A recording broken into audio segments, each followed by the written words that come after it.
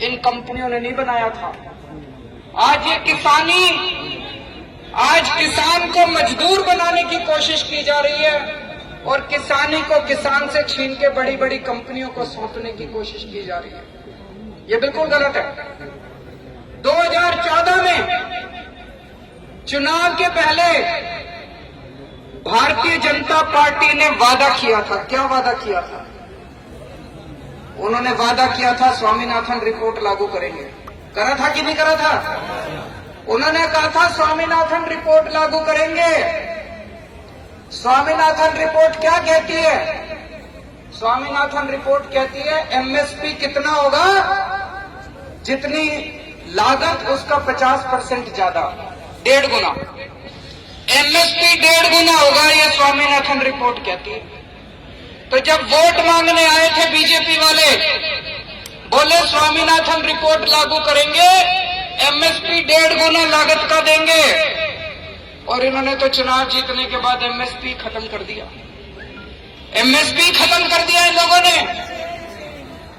क्या कह रहे हैं ये लोग? मैं अखबार में पढ़ता हूं, अखबार में आता है कि पूरे देश में केवल 6% किसानों का एमएसपी पे उठाते हैं। सरकार केवल 6% उठाती है। तो 6% उठाती है, ये तो शर्म की बात है। 6% उठाते हैं तो 100% उठाओ ना। 6% उठाते हो तो इसका मतलब ये थोड़ी कि एमएसपी खत्म कर दोगे। जब हमारी सरकार बनी थी दिल्ली में, सरकारी स्कूलों का बुरा हाल था, तो हमने क्या किया? हमने स्कूल ठीक करे, हमने सरकारी स्कूल बंद नहीं करे। हमारी जब सरकार बनी, सरकारी अस्पतालों का बुरा हाल था, हमने क्या किया? हमने अस्पताल बंद नहीं करे, हमने अस्पताल ठीक करे। तो अगर एमएसपी पे केवल 6% फसल उगती है पूरे देश में, तो लानत है तुम्हारी सरकारों के ऊपर। किसान क्या मांग रहा है? किसान मांग रहा है 100% फसल एमएसपी पे उठनी चाहिए। सारी फसल एमएसपी पे उठनी चाहिए और 1.5 गुना फसल दाम मिलना चाहिए। इसका लागत का 1.5 गुना मिलना चाहिए। तो करना तो वो था।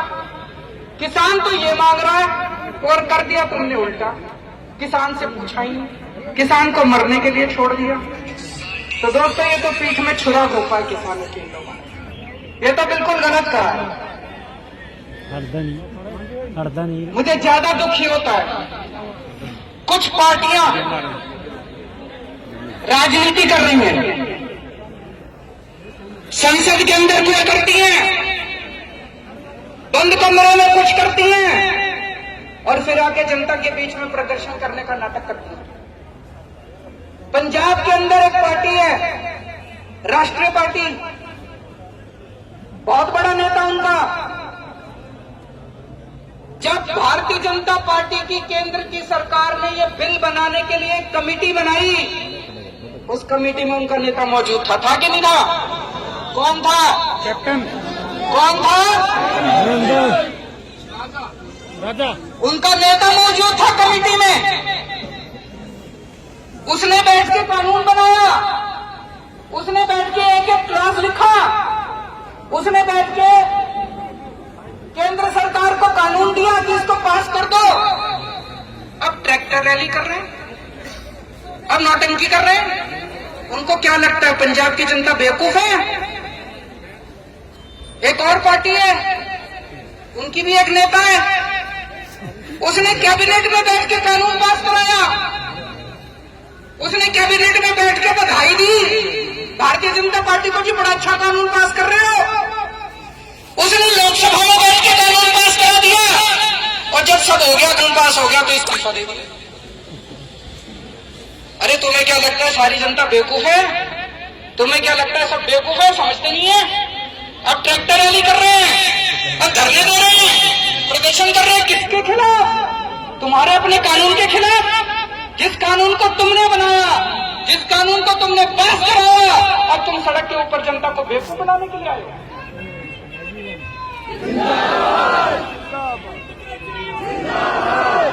तो दोस्तों, आम आदमी पार्टी इन किसान विरोधी तीनों कानूनों का सख्त विरोध करती है, और हमारी मांग है, पहली चीज इन तीनों कानूनों को वापस लिया जाए। इस पे कोई समझौता या कुछ नहीं हो सकता। तीनों कानूनों को वापस लिया जाए। और दूसरी चीज है, एमएसपी के ऊपर कानून लाया जाए।